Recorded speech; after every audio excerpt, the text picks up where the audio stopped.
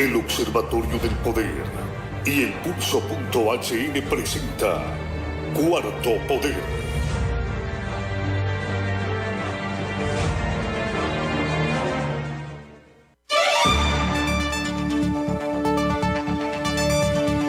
Buenas tardes, amigas y amigos, bienvenidos a esta emisión de Cuarto Poder. Saludamos a César Monzón en los estudios de CHTV, Cristian Maradiaga, Ronald López. Cristian Maradiaga en los estudios de TV Globo, Ronald López en los estudios de Radio Globo. Sean bienvenidos. Inició la campaña política Siempre Rapaz. No se ven cambios que generen la esperanza que el pueblo hondureño espera que esas elecciones lo conduzcan a mejores destinos.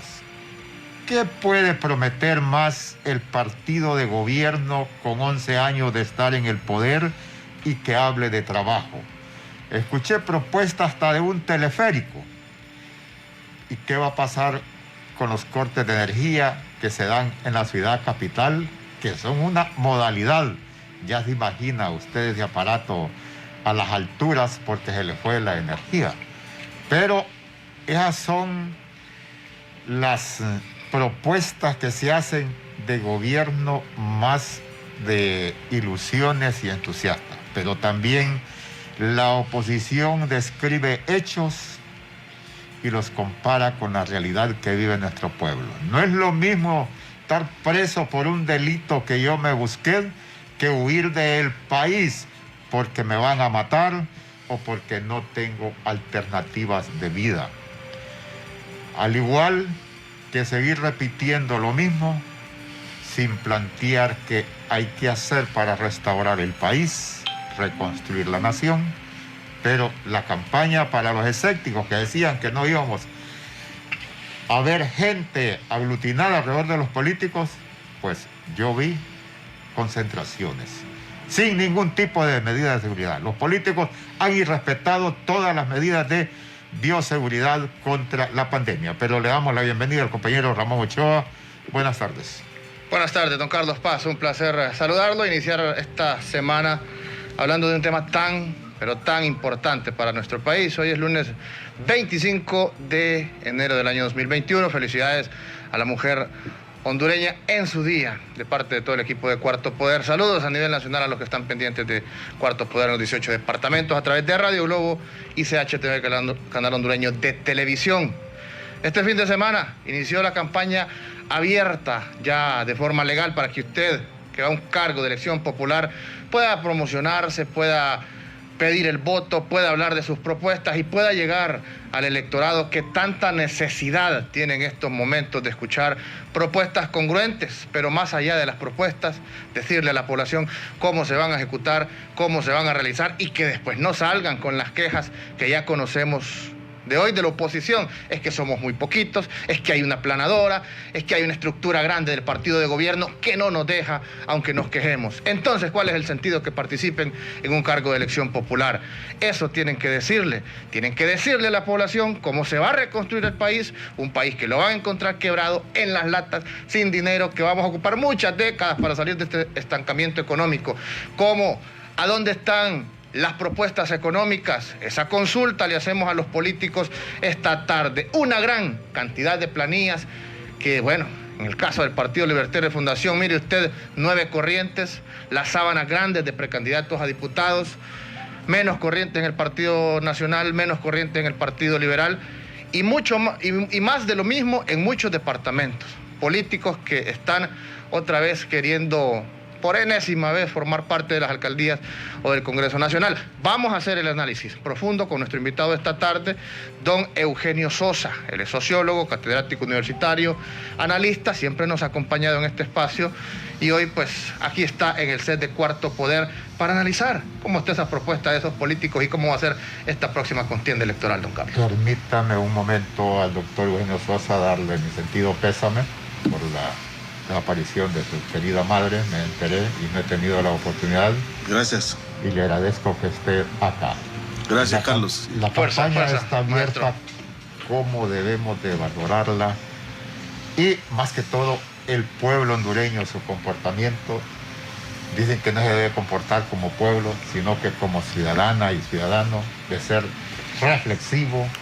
Pero, doctor, bienvenido y gracias por estar con nosotros. Gracias a ustedes, a Ramón Ochoa, a Carlos Paz, por la invitación en este programa, que pues es un programa bastante escuchado, por lo menos en todo este interés del ámbito político, y seguro que este año este programa tendrá un papel estelar, porque es un año importante en el marco del proceso electoral del 2021, tanto primarias como generales.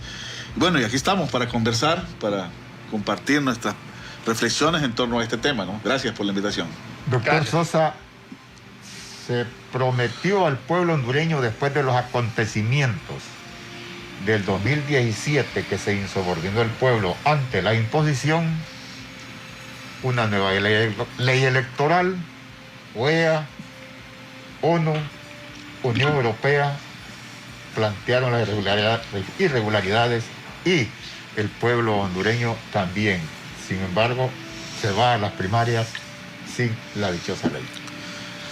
Bueno, yo creo que el problema, si usted lo ve en perspectiva de la democracia hondureña, es mucho más profundo, porque lo que recomendaron las observaciones internacionales, no solo la OEA, que tiene pues siempre mucha desconfianza, sino incluso todo el cuerpo de la Unión Europea, es que Honduras estaba urgida de reformas democráticas profundas.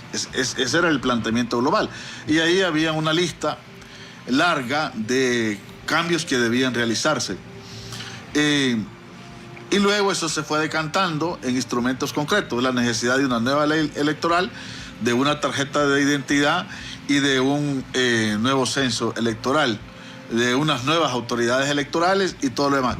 Todo eso, algunos instrumentos se avanzó, pero lo que nosotros, si queremos comprender el proceso político hondureño, debemos estar totalmente claros, es de lo siguiente: nosotros no hemos tenido frente a la sociedad hondureña reformas electorales democráticas profundas. Lo que nosotros hemos tenido es un ajuste de los competidores que monopolizaban, manipulaban y concentraban el poder electoral, lo abrieron a un nuevo competidor, y ese nuevo competidor es Libertad y Refundación. Esto no debería molestar, aunque sé que a algunos no les gusta, pero en realidad es lo que hemos tenido, un ajuste. Uno se podía preguntar, ¿pero qué sería mejor? No, claro, que es importante que los competidores se sientan adentro, ¿verdad? Es peor que estén afuera. Pero de cara al proceso de democratización de la sociedad hondureña, estamos en una enorme deuda. Si usted analiza los organismos electorales, más allá de que estén haciendo un papel importante, no estoy diciendo que no están funcionando, pero si usted revisa los organismos electorales, cómo pasaron de Tribunal Nacional de Elecciones a Tribunal Supremo Electoral y ahora Consejo Nacional Electoral o de Elecciones, Consejo Nacional Electoral. Consejo Nacional Electoral, el cambio en términos de la aspiración aquella de autonomía frente a los partidos es prácticamente nulo. Ahora, entonces, la entrada del nuevo competidor, ¿cuál fue el mecanismo? Si no fue el mecanismo de democratización frente a la sociedad. Bueno, el mecanismo a regañadientes, con estires y encoges, es algo que en Honduras ha funcionado entre los competidores, y es el acuerdismo político. Y eso se ha dado. Yo no soy seguidor, no me declaro seguidor del partido de Narrala, pero supóngase usted que por esas casualidades del entusiasmo electoral, un competidor de afuera que tiene tanta fuerza como estos tres partidos políticos se eleva electoralmente con todo el caudal electoral.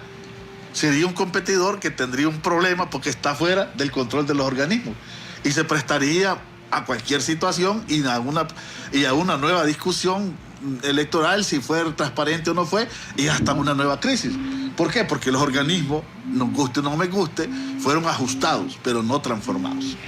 O sea que aquí estamos hablando, y así nos gusta, así de la manera que usted habla, de una manera tan objetiva, y hablamos de manera clara. Estas reformas que causaron tanta alegría en el pueblo, esta conformación de los nuevos entes electorales, que también causaron pues cierta confianza para un próximo proceso electoral por parte del pueblo, solo fueron para beneficiar prácticamente al Partido Libertad y Refundación, que estamos diciendo que, bueno, ahora tiene representación, sí se lo merece. Libre es una fuerza política, ha logrado una conquista, está bien. Claro, no la podían seguir desconociendo. Correcto. Después de 2 procesos electorales, tenían que hacer algo, ¿no? Correcto, pero aquí el gran ganador entonces fue Libre y no el pueblo hondureño, no el proceso electoral en sí. Es que a futuro, ¿saben qué es lo que va a pasar? Miren qué día lo estamos diciendo. A futuro, si aparecen nuevos competidores y se mantiene este esquema de que 3 negocian, después se van a poner de acuerdo para que un cuarto no entre, porque después va a querer entrar. Imaginemos que alguien de afuera saca de nuevo más de 500,000 de votos.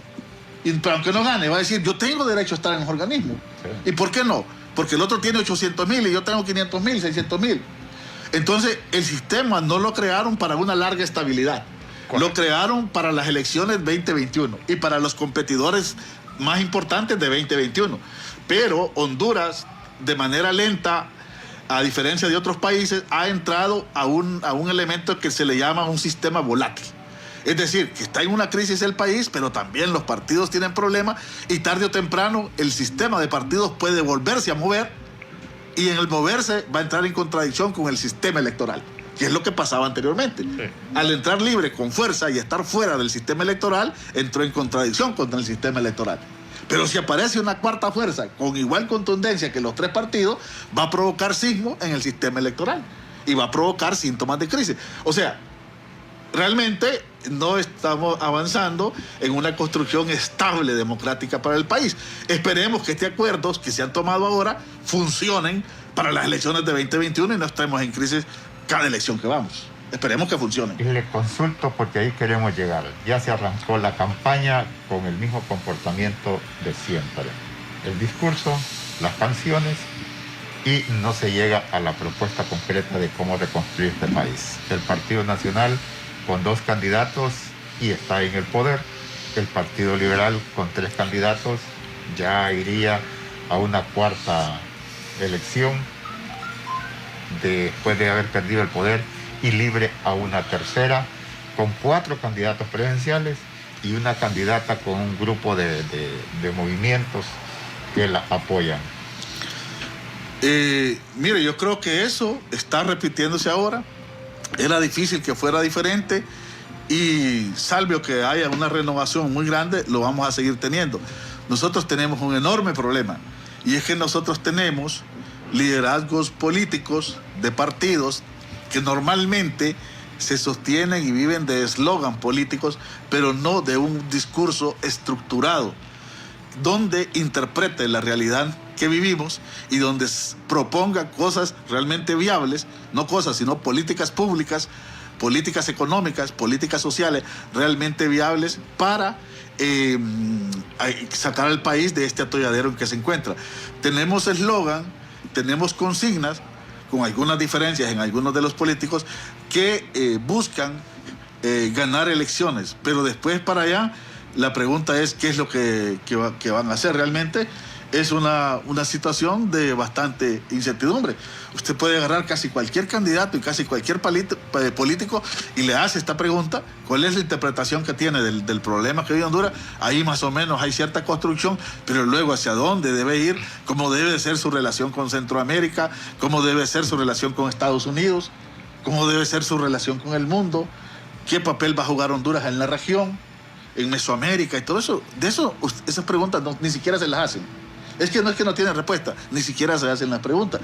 Porque a mí me impresiona que yo releyendo una entrevista de uno de los políticos, mire que le voy a mencionar, nacionalista, pero probablemente uno de los políticos más lúcidos, que ahora ya no hace política, que ustedes lo han de recordar, que es don Manuel Acosta Bonilla, sí, conocido como Meme Acosta, uno de los políticos lúcidos del Partido Nacional. Él decía en el 97, antes de Mitch, que Honduras había entrado paulatinamente a un quiebre de la calidad de los políticos del país y que ya no lograban entender el agro, lo que pasaba en el agro, las políticas del agro, y que más bien se estaba destruyendo cuando debía ser una de las cosas más importantes para la sostenibilidad del pueblo hondureño. Entonces usted ve de eso un vacío. Entonces no es casual que un gobierno asuma, aun cuando gane electoralmente transparente y la gente lo acepte, que realmente pasan un año y la caída de legitimidad y de aceptación es profunda. Eso pasa en varios países, producto de estas crisis políticas que estamos teniendo. ¿Han medido, o ustedes que estudian detenidamente, el impacto político-social que va a tener en esta campaña la pandemia y además que hayamos sido azotados por 2 huracanes? Sí, mire, yo creo que de 10 hondureñas, mínimamente 7 tienen un imaginario de responsabilidad de toda la tragedia de Honduras hacia el actual gobierno y hacia el actual Partido Nacional que está gobernando. ¿Por qué? Porque se prolongó ya más de 10 años, si se cierra el periodo como se supone que se va a llegar y que debería cambiar, pues está hablando usted de 3 periodos, 12 años, de un partido que nunca había gobernado ni siquiera 8 años, antes de 2009. Recuerde que a los 4 años siempre iba para afuera, producto de que había mucho malestar.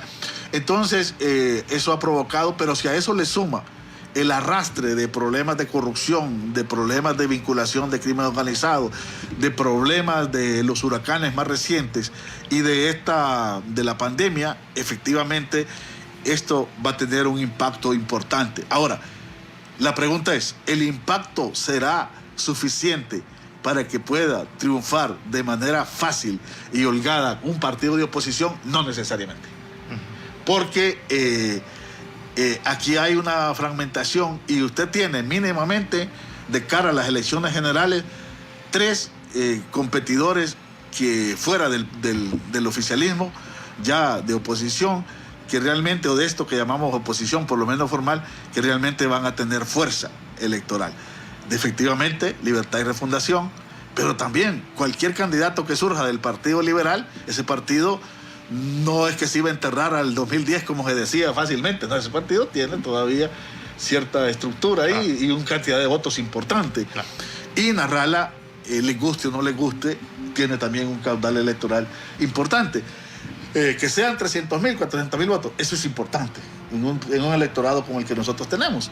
Entonces alguien puede llegar a tener casi el millón, pero si el otro tiene 1.050.000, ahí de nada le va a servir. Entonces yo creo que eso, entonces claro, va a tener un impacto, pero para mí que la oposición tiene que romper con algo, y lo digo porque lo enunciaba Ramón Ochoa ahorita a la entrada, y es romper con lo que yo llamo el discurso de la derrota, o la profecía de la derrota. ¿Y cuál es la profecía de la derrota? Es ese discurso que se quiere ganar, pero andan diciendo, sí, pero se va a lanzar a última hora y nos va a hacer fraude, se va a reelegir, no lo vamos a sacar, quiere quedarse 50 años. Todo ese discurso, aunque no, que la oposición aquí, la oposición allá, entonces se presentan como liderazgos poco contundentes, porque el liderazgo contundente puede enfrentar las murallas que sea y lo que le dice a sus seguidores, vamos por esto y vamos por esto y a trabajar como se dice, full, a tiempo completo, ¿no? Hay que fajarse. La política es eso. La política, por mucho que el mundo ha cambiado, no bastan las redes para ganarla, no bastan los WhatsApp, no basta Facebook, no basta Facebook Live, lo que ustedes quieran. La política en Honduras, sobre todo con un gran componente rural como el que tiene Honduras, hay que jugárselas cara a cara todavía en buena medida. Y el contexto de la pandemia lo limita, pero no necesitan hacer el parapeto de grandes concentraciones porque no es allí donde se hace el trabajo. Ese es para bluff, para impresionar. El trabajo político cotidiano se hace allí con el vecino, con la vecina, cara a cara, casa a casa, ¿me entiendes? Donde no necesita concentrar grandes cantidades de gente. Permítame ir a una breve pausa comercial. Profesor Eugenio Sosa, al regresar seguimos conversando. El proceso electoral en Honduras, quizás el proceso más importante en la historia de nuestro país que se da durante todo este año. Lo analiza don Eugenio Sosa al regresar de la pausa. Recordamos que somos cortesías del diario digital El Pulso, periodismo de investigación. Búsquenos en su página web www.elpulso.hn o en las redes sociales como El Pulso, en Facebook, en Twitter y en Instagram. El mundo se renueva. Los medios digitales son el futuro y nosotros lo sabemos. Somos un diario digital de trayectoria, con mentalidad moderna e imparcial. Nuestro objetivo es llevarte las noticias de manera veraz, segura e inmediata. Con el pulso.hn puedes disfrutar de la comodidad de actualizarte con la información más importante del momento en un solo sitio.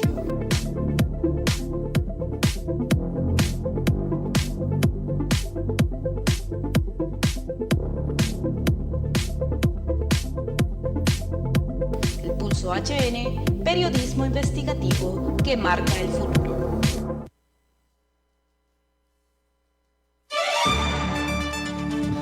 Continuamos en Cuarto Poder esta tarde a través de Radio Globo y CHTV.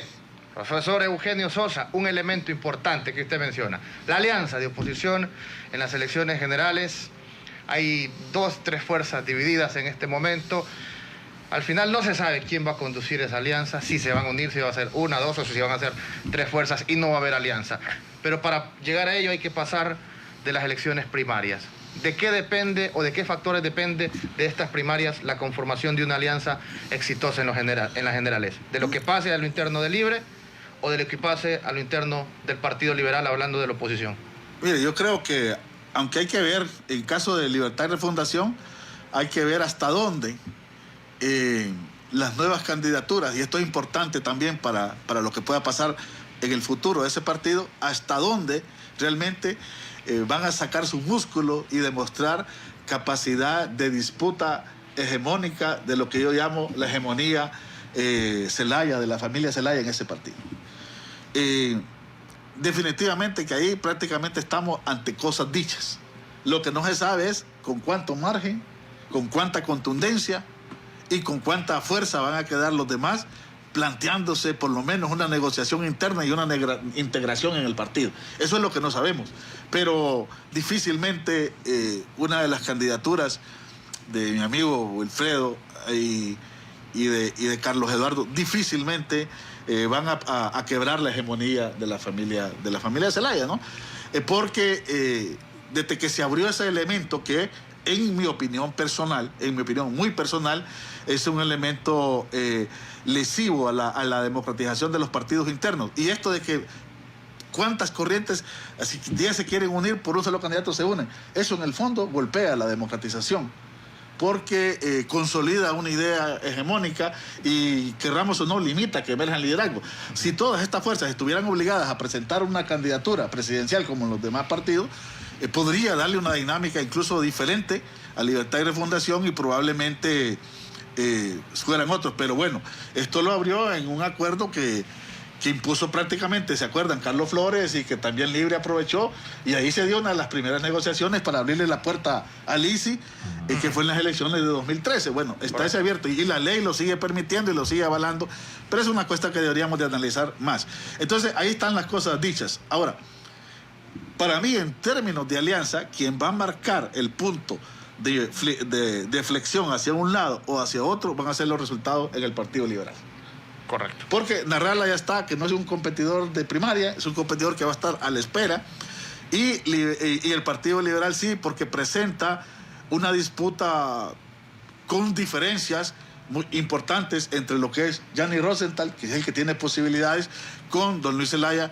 Creo que Vanegas realmente tiene muy pocas posibilidades de remontarse sobre Luis Zelaya y sobre Gianni Rosenthal. Entonces, ¿qué pasa si Luis Zelaya sale adelante con el triunfo?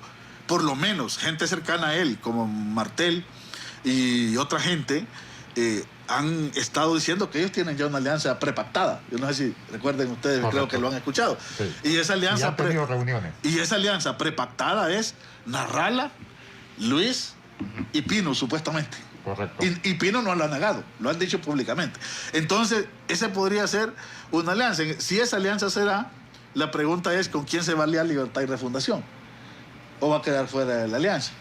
Libertad y Refundación tiene una ventaja que no ha explorado, no ha explotado lo suficiente, porque se ha cerrado como partido, y es la alianza natural de sus orígenes con el movimiento social. Aprovechar todo el liderazgo de todos los movimientos sociales, anti-extractivistas, magisteriales y todo, pero de alguna manera el partido se fue desmarcando de los movimientos sociales y perdió esa capacidad con la sociedad civil, etc.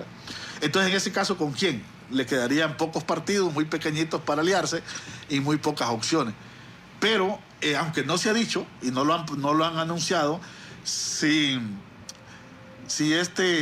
Yanni Rosenthal gana, probablemente Libertad y Refundación tenga más posibilidades y más interés también en pactar una alianza con el Partido Liberal. En este caso usted podría tener, quedaría un poco, Narrala, complicado, en desventaja, ¿no? Pero el liberal, para ya sea que triunfe uno y otro, creo que tienen más una claridad de posibles alianzas y que por eso creo que las pueden definir y marcar. La pregunta es, ¿quién va a ceder? Ese es un gran problema, ¿no? Porque hay que ver si Narrala ya encabezó una alianza, hay que ver si ya para una segunda vez está dispuesto a dar un paso atrás y cederle un espacio a Luis Zelaya, que es un candidato partidariamente estructurado, o no, o sencillamente hay una disputa de egos y de liderazgos que también les impide terminarla de cuajar. Lo que se ve muy difícil es una alianza única de la oposición, donde realmente se integre Liberal, Libre y Narrala. ¿Por qué? Porque, aunque en política hay que decir que se ve difícil, pero no imposible. Difícil, ¿por qué? Porque el distanciamiento entre Narrala y el Partido Libre, sobre todo en los sectores intermedios y de base, es fuerte, ¿no? Lo consideran que, bueno, tienen sus calificativos que yo no voy a repetir acá, porque no es el sentido de un programa como este, que ustedes lo tratan con mucha seriedad, y no creo que es el elemento ese de estar repitiendo calificativos. Pero ahí hay unas diferencias importantes. Y entre Luis y Libertad y Refundación, entre los orígenes del golpe, allá hay todavía unos elementos que poco cuajan, ¿no? Por eso les planteo como estas dos opciones de posibles alianzas. En esa competencia al interior del Partido Liberal, ¿de qué razonamiento depende que se pueda imponer Luis a Yanni Rosenthal o Yanni a Luis? Pero, ¿qué pasaría con el que pierda esas primarias? Bueno, el que pierda esas primarias, para que el Partido Liberal quiera encabezar una alianza, tendrá que resolver el problema de nuevo, lo que Luis no pudo, de integrar el partido.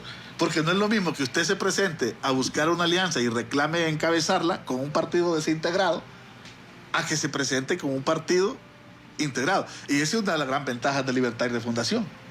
Libertad y Refundación enfrentó serios problemas en el Congreso. Recuerden ustedes que ni siquiera habían pasado 2 días de haberse inaugurado el Congreso, y ya no lo había instalado, ¿va? Y ya tenía el primer tránsfuga, ya tenía el primer diputado. Libertad y Refundación en el primer periodo llegó a perder 7 diputaciones. Sí. O sea, una cuestión poco vista en Honduras. Entonces, pero en el segundo periodo, y esta es una gran ganancia para Libertad y Refundación, y sobre todo para el liderazgo del expresidente Zelaya, que es presentar un partido donde nadie ha dado un pasito atrás en ninguna votación. Eso hay que decirlo. Monolítico. Y es parte de la hegemonía. Por eso que digo que quebrar esa hegemonía no es fácil. Sí. Ahí todo el mundo, como se dice popularmente un amigo, con gorrita y marchando, ¿me entiendes? Al unísono. Entonces, esa es una gran ventaja para poder entrar a una negociación. Pero va a ser importante los que pierdan dentro de Libertad y Refundación, ¿con qué sentimiento quedan? Porque es un partido que no le conviene de entrada, como lo que vivió en la elección ya en el 2013 no hubo nada, pero ya 2017, recuerde que parecidos a los otros partidos desfilaron colegas ahí, amigos incluso de uno, desfilaron en los medios de comunicación, incluso que ellos llaman de la oligarquía, hablando del fraude de Libertad y Refundación. ¿Va? Correcto. Y ahí tenemos incluso algunos que habían sido diputados, como el amigo Bartolo Fuentes. Entonces, un partido que vuelve a repetir eso va a ser clave también cómo maneja este tema de la integración, si así lo maneja como la bancada, así lo maneja en el partido, de cara a una negociación de una alianza. Ahora dígame algo, para cerrar este tema ya de las alianzas. En las elecciones generales se juegan muchos intereses, y Honduras pues es un país que ha sido manipulado, es un país que prácticamente depende de intereses de otras naciones poderosas. ¿Qué intereses se juegan en estas alianzas? Porque yo no creo que sea un capricho, que en el hecho de que no se puedan unir o que no se pueda dar un solo bloque de oposición, no creo que sea solo un mero capricho de que alguien quiere o no quiere ceder. Hay intereses más fuertes detrás de ello, ¿Está el imperio detrás de una o de otra alianza? ¿Hay acuerdos entre estas fuerzas, Juan Orlando? Se hablan de acuerdos hasta entre Mel, Carlos Flores. Y es más, yo a Carlos Flores ni lo he visto en el escenario, pero todo el mundo lo menciona. Sí. Todo el mundo menciona a la embajada. Ahora está como un insulto. Es que usted es un infiltrado de la embajada o el otro es el infiltrado de la embajada y responde a los intereses de la embajada. ¿Cómo está esa situación, ese juego de intereses? Yo creo que esos intereses obviamente buscan influenciar la misma embajada. Preferir un candidato a otro, no cabe duda. Realmente, incluso los empresarios, en una reunión en la cual yo tuve, por lo menos así, tener algún conocimiento, la mayoría de empresarios decían, bueno, sería interesante que ganara Luis Zelaya, nos parece excelente, pero si no gana Luis Zelaya, entre Libertad y Refundación y la continuidad no sabemos qué es peor, imagínense, ¿no? Entonces, claro, ahí hay cálculos. Pero, entonces, claro, pero en el fondo, Ramón, la política, por mucha influencia que haya, va a pesar lo que los partidos logren, los candidatos logren mantener. Una vez que un candidato sale como tal, en realidad tiene mucho poder simbólico y por eso puede unir o también desunir. Entonces yo creo que va a pesar lo que los partidos digan, aunque sí, evidentemente van a estar sometidos a presiones de empresarios, puede ser que la embajada se atreva a llamar a alguno de ellos, etcétera. Se dice que todos hablan de quién la va a encabezar y el problema de personas. No de programas.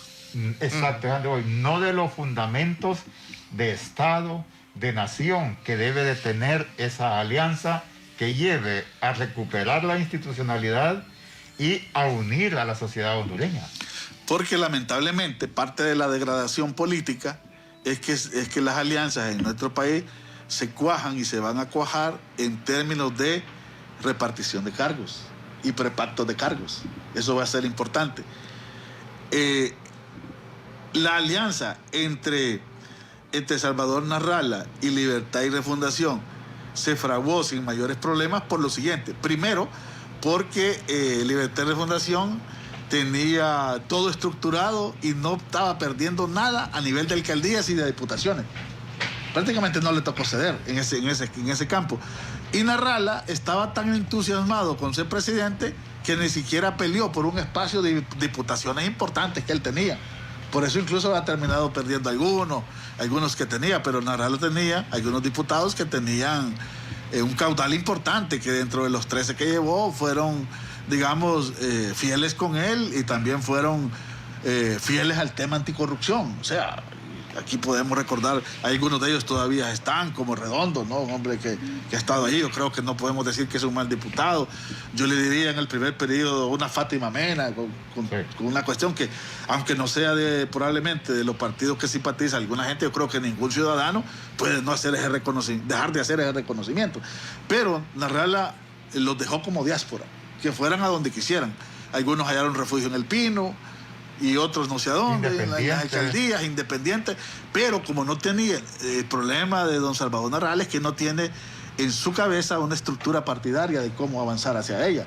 Entonces se vuelve un negociador personal. Esos fundamentos de Estado que deberían de discutir para una alianza. Entonces, de acuerdo, una alianza seria debería pasar por ofrecerle a la sociedad hondureña un programa realmente serio de los aspectos fundamentales, de los temas fundamentales, incluyendo lo político y lo social y lo económico.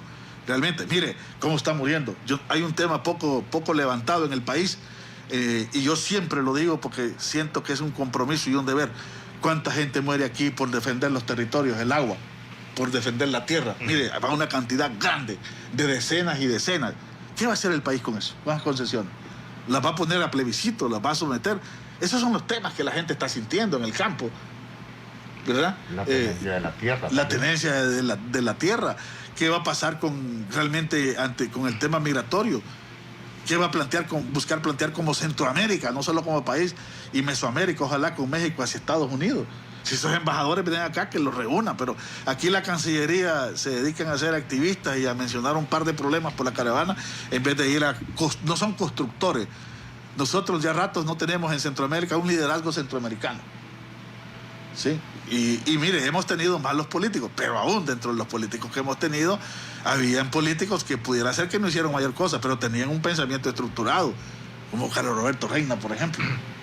y otros que han habido en la historia del país, que tenían una idea ahí más o menos estructurada. Ahora eso lo hemos perdido bastante. Aquellos políticos, disculpe don Carlos, aquellos políticos que levantaban la esencia, que levantaban esa efervescencia popular en un proceso de elecciones en nuestro país, se han perdido porque hoy no miramos esa esencia, no miramos esas ganas que surja alguien que levante ese entusiasmo popular. Y vámonos también a ese tema de las propuestas.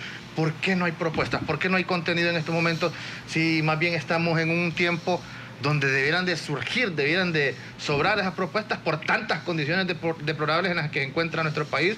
Óigame, propuestas en materia económica. Los que aspiran a un cargo de elección popular y que son economistas debieran de tener vasta cantidad de elementos para generar esos cambios en el país. En medio ambiente, como dice usted, no se escucha. En el tema del agro tampoco se escucha. En política internacional hay mucho de qué hablar y no escuchamos nada de eso. ¿Por qué? Ojo, con lo de las cuestiones económicas. No caigamos en que solo los abogados son los entendidos en las leyes cuando las leyes nos afectan a todos y los problemas económicos son sociales. Claro. Entonces el que aspira a ser diputado tiene que estar pensando en cuál debe ser la respuesta también. De acuerdo. Mire, el problema es que mucho de la política se ha convertido en espectáculo. Entonces la idea es de quién es popular para que gane por una corriente. Mire, con todo respeto, porque estoy aquí en un medio y ante periodistas, pero alguna idea es qué periodista tiene ranking. Y ya meterlo en una planilla. Sí, meterlo en una planilla. Mire, el tema de los deportistas. Ese era un fenómeno. No es que no deben ser candidatos, claro que sí. Pero una vez que quieran entrar a la profesión de la política, están obligados a conocer de política.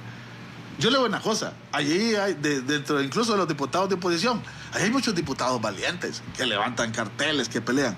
Pero un discurso, una propuesta estructurada, un conocimiento profundo de Morazán, de Rosa, usted no lo escucha.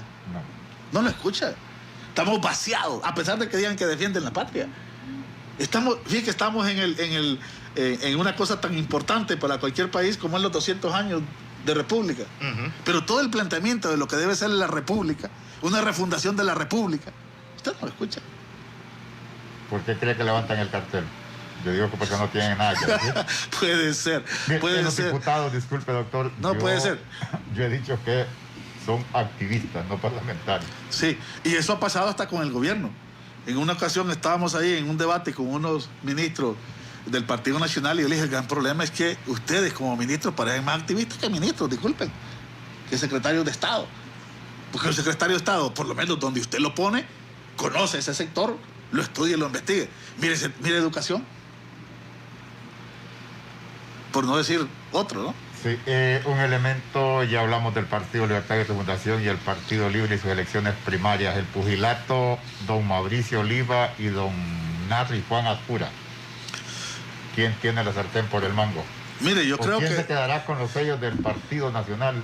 Mire, disculpe, ¿y ese que controla en las primarias se va a controlar el Congreso a partir del 15 de marzo? Sí, yo creo que, mire, por la cantidad de recursos que han manejado últimamente el Estado y el nivel de endeudamiento, finalmente puede tener un peso muy grande hacia donde se deslice el Ejecutivo.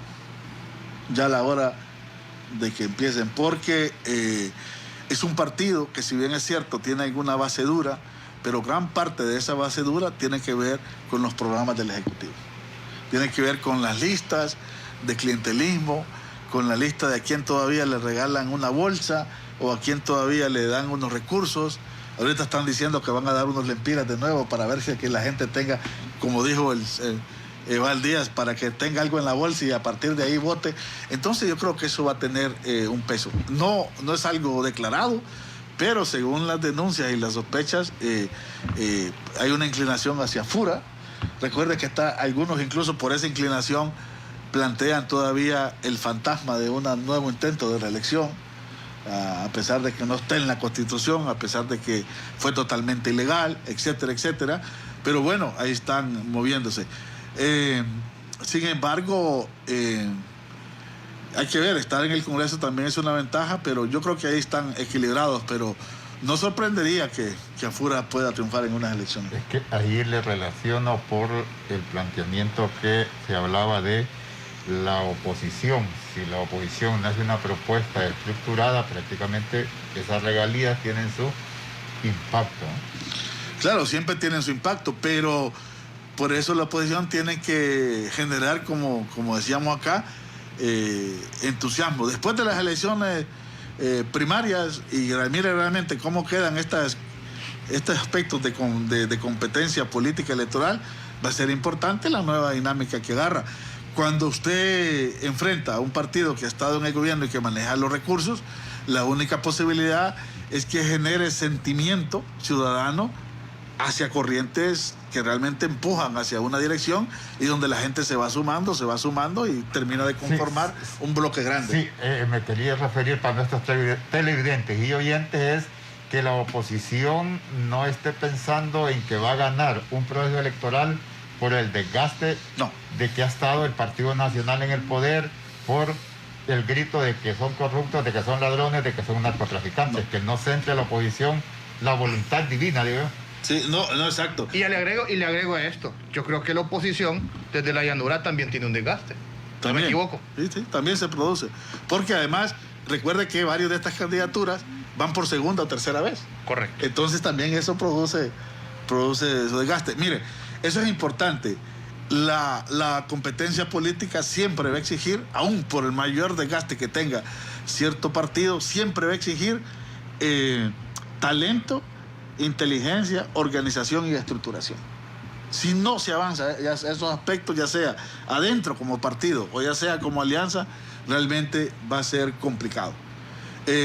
Va a ser complicado. Si usted compara, por ejemplo, el entusiasmo y la efervescencia que tenía Libertad y Refundación en el 2013 cuando nació y emergió, es totalmente diferente al sentimiento y el entusiasmo que hoy genera. Porque aquella vez venía de una coyuntura política que prendía en la gente. Correcto. Que la gente popularmente, como dice, se desvivía por estar en el acto político. Eso pasó. Hoy toca otro trabajo más lento, serio, de organización y de estructuración y de romper con esa idea de autoprofecía de la derrota. De estar diciendo, sí, ganamos, pero siempre nos quitan, sí, vamos a ganar, pero nos lo van a quitar. Eso la gente no tiene sentido realmente. Hacemos la última pausa comercial, le recordamos la nota del pulso del día de hoy. La Cámara de Representantes de Estados Unidos envía al Senado el juicio político a Donald Trump.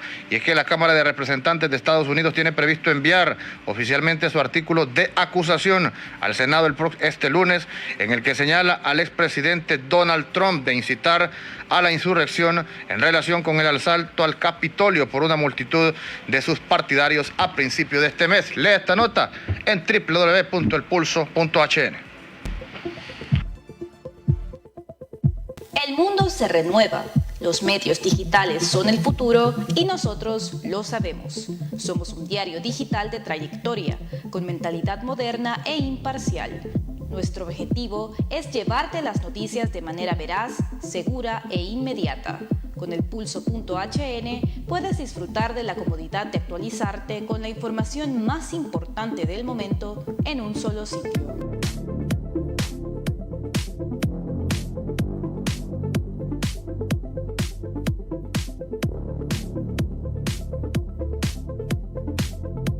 El Pulso HN, periodismo investigativo que marca el futuro.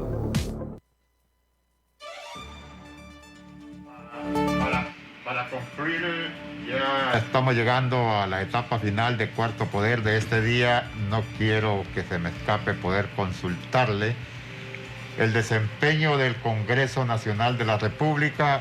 Hoy dio inicio la cuarta legislatura del Partido Nacional en el proceso reeleccionista de don Juan Orlando Hernández y también de don Mauricio Oliva en el Congreso de la República. Destacan que aprobaron 194 decretos, casi todos orientados a alivio del impacto de la pandemia y los efectos de los huracanes en el país, pero también el de la reforma al artículo 184, que era el catálogo de los 21 delitos, ahora solo quedó a 3, que es narcotráfico, tráfico de armas y violación especial un Congreso que se fue del hemiciclo, no volvió a las elecciones presidenciales, pero la población reclama que en política andan presencial, pero no hacen las elecciones presenciales, sino que virtuales.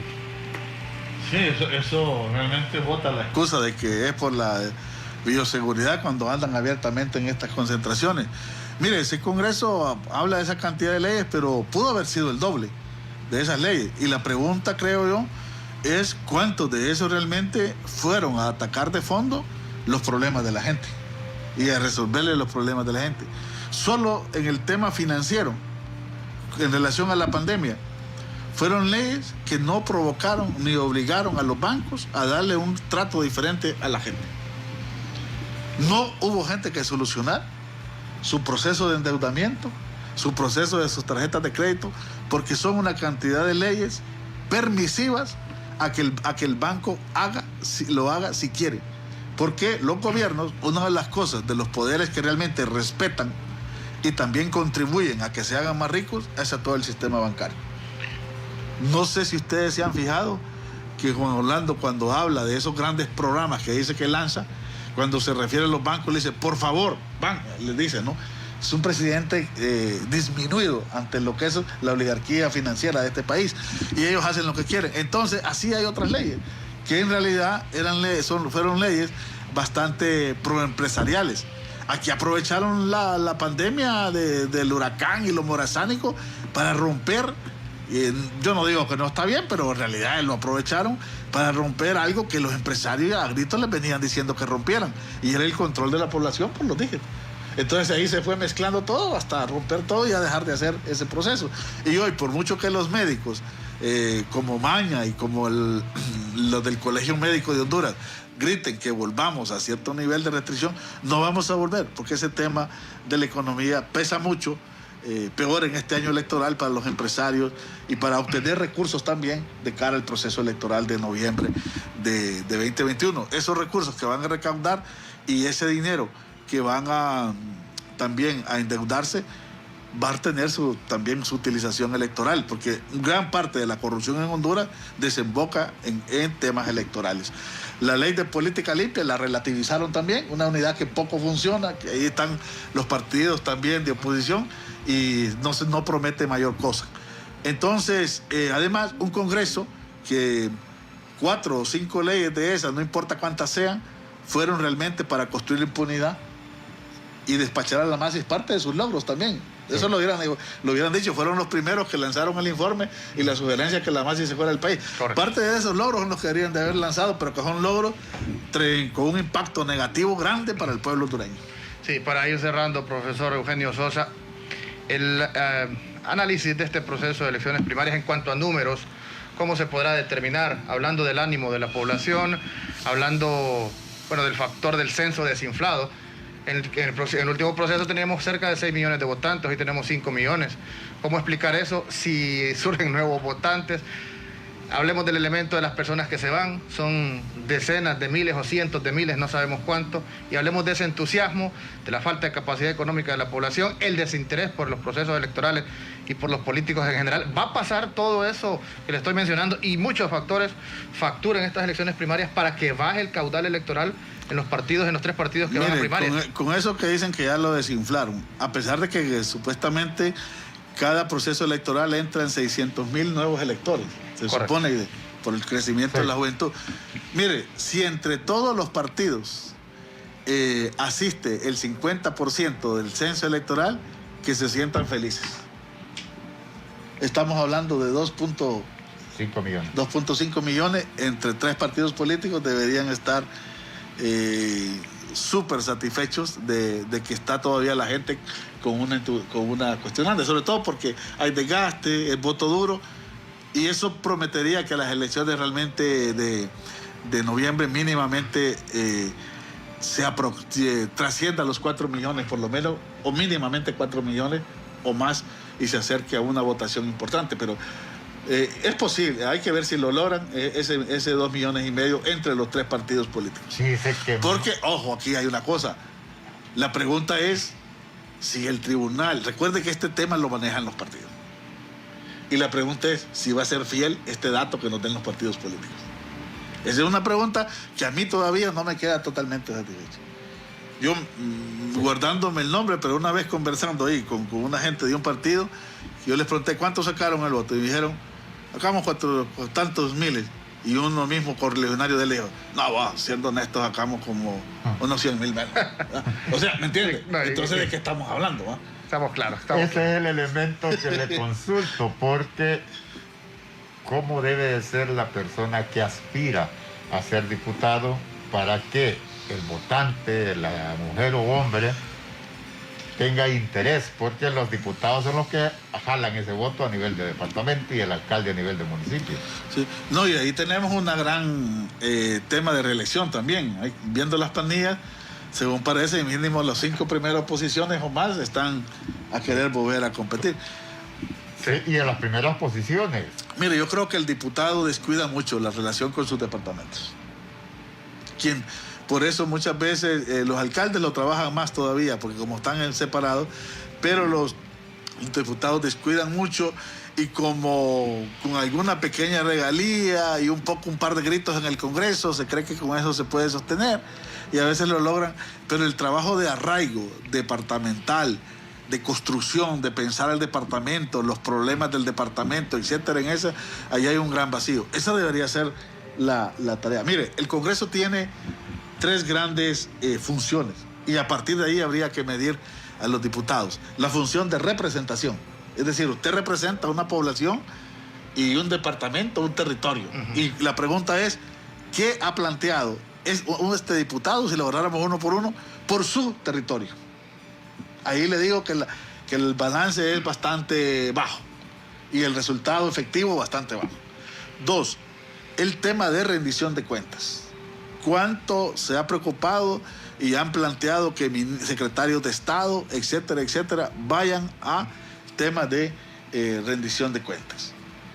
Y el tercer tema relacionado con toda la labor legislativa es la de legislar, de realmente proponer leyes para enfrentar ya sea el problema territorial o el problema global del país. Legislar, representar y rendición de cuentas son las 3 grandes funciones sobre las cuales deberíamos. Nosotros hacemos mediciones todavía muy ligeras y muy sencillas, que es cuántas leyes presentó. Y a partir de eso, solo si presentó, como Zambrano, creo que es uno de los que se lleva según el partido en primer lugar, si presentó todas las que le mandó el Ejecutivo, ya aparece en primer lugar. Pero hay que ver qué tipo de leyes eran. Es el más productivo. Déjeme leer un par de mensajes antes de despedirnos. Charles Paz Mejía, invitados de lujo. Saludos al sociólogo. Saludos a don Filo Moncada.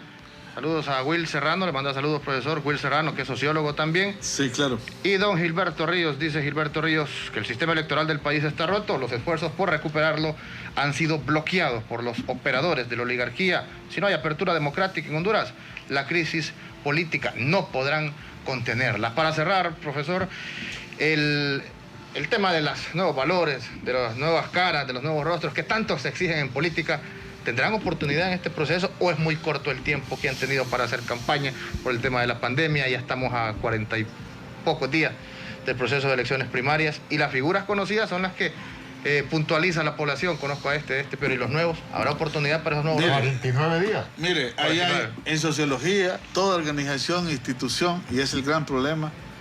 Sabemos que se genera un proceso de... La oligarquía no solo es esta gran oligarquía económica, sino un proceso de oligarquización o de elitización. Y es que siempre una institución puede nacer con grandes asambleas horizontales. Recuerden ustedes, por ejemplo, el tema del Frente Nacional de Resistencia Popular, aquella gran base, pero luego en la medida que se van creando representantes, creando estructuras, se van cerrando los círculos de decisión. Incursionar en política cuando no se está adentro de las estructuras que tienen el poder, ya sea en el partido o en otros espacios grandes, siempre es una cuestión bastante difícil y cuesta arriba. Muchas gracias, profesor. No, a ustedes por la invitación. Gracias. Estimados televidentes, llegamos al final de Cuarto Poder. El Colegio de Profesores de Educación Media saluda a las mujeres de Honduras este 25 de enero, dedicado a la mujer hondureña en su lucha política, en particular a las profesoras afiliadas al COPEN, de parte de la Junta Directiva Central del Colegio de Profesores de Educación Media.